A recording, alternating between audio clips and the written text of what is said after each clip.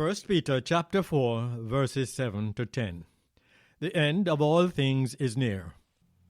Therefore be clear-minded and self-controlled, so that you can pray. Above all, love each other deeply, because love covers over a multitude of sins. Offer hospitality to one another without grumbling. Each one should use whatever gift he has received to serve others, faithfully administering God's grace in its various forms. Today, many persons are studying about end times, and some have even predicted the date of the Lord's return.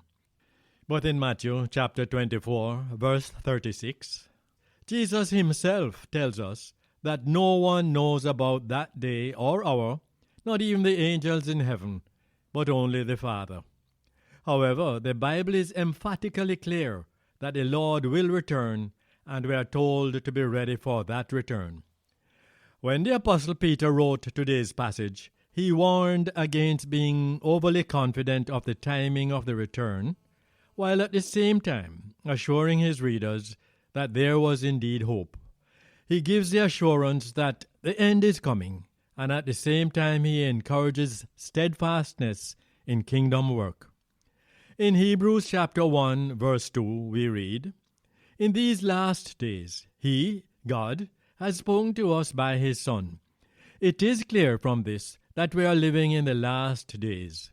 Again, in 2 Peter chapter 3, verse 3, we read of the last days to come. But until that moment when Christ returns, and we can be sure He will return, we ought to be focused on the work of the kingdom, which is loving and serving others while at the same time living in obedience to God's word. Let us therefore encourage each other all the more as we see the day approaching. May I invite you to join us next week.